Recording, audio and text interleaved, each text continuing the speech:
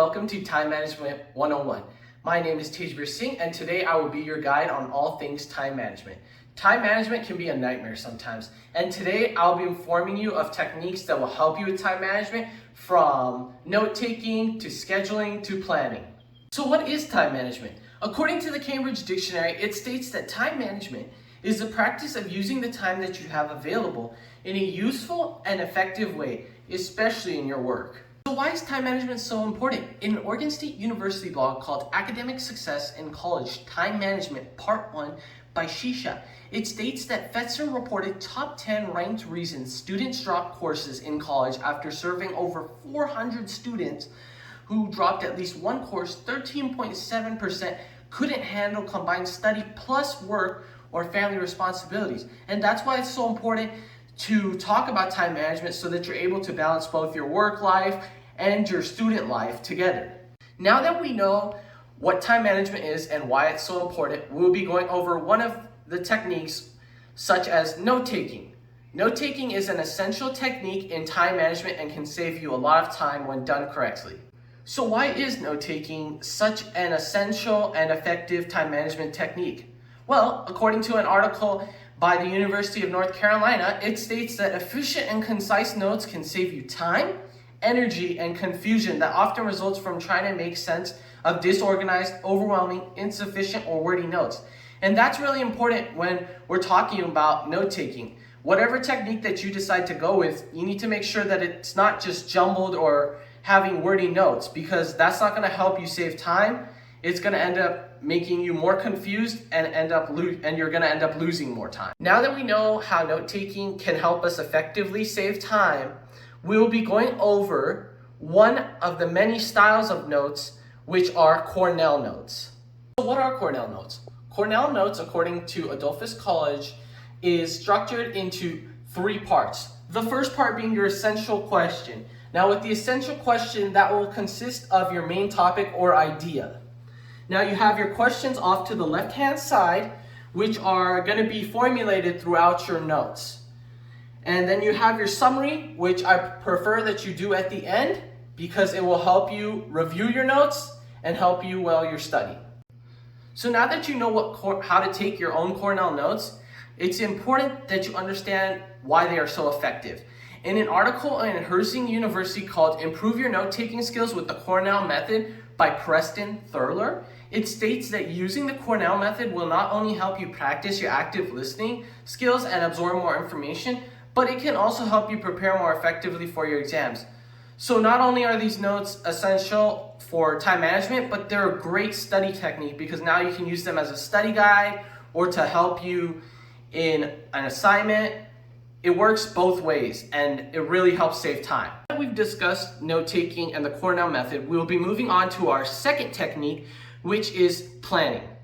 The Merriam-Webster Dictionary states that planning is the act or process of making or carrying out plans, specifically the establishment of goals, policies, and procedures for social and economic unit. So for us, planning is really going to be talking about the process of making plans to finish certain tasks that we have throughout our day. Planning can be done in many ways. You can do this through an agenda, via your phone. And one thing that you need to keep in mind when planning is to make sure that you put the tasks that are most important to you at the very top and not at the bottom of your planner. So now that we know what planning is, it's also important to understand how it helps us become organized and better time managers.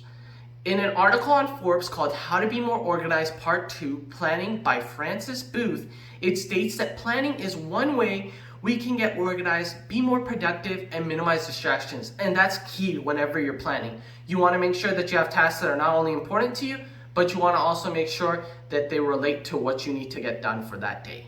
So now that you know what planning is and why it's so important, I'll be demonstrating to you how to use an agenda properly so that you can plan out what you need to do for your week. So here I have an agenda which gives me time for both working on my informative speech, my outline for my speech, and my LAMP rubric. And these were 3 assignments that I had due this week. So I planned it out from the 5th to the 8th, I would be working on my outline for my speech, and then the 9th, I would be recording my speech. And that's really important when having an agenda. You want to make sure that you put your tasks in the order that you're going to be doing them.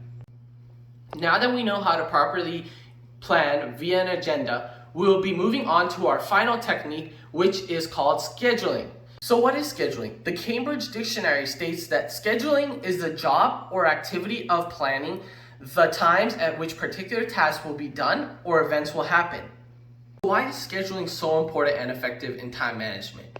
In a 2017 article by Dartmouth called Making a Schedule, it states that list your present time schedule for the week, including all fixed times such as classes, labs, club meetings, outside work, travel, and eating. And that's really important to list in your schedule because you want to have certain time blocks where you're doing your homework, you might be picking up your kids from soccer practice or dropping them off, or you might even have work. And when you're scheduling, you want to include all those things in your plan. So now I'll be showing you how to use a calendar effectively to schedule your tasks. Here I have a calendar for the month of July, and this is my schedule from July 5th to the 9th for the whole entire week.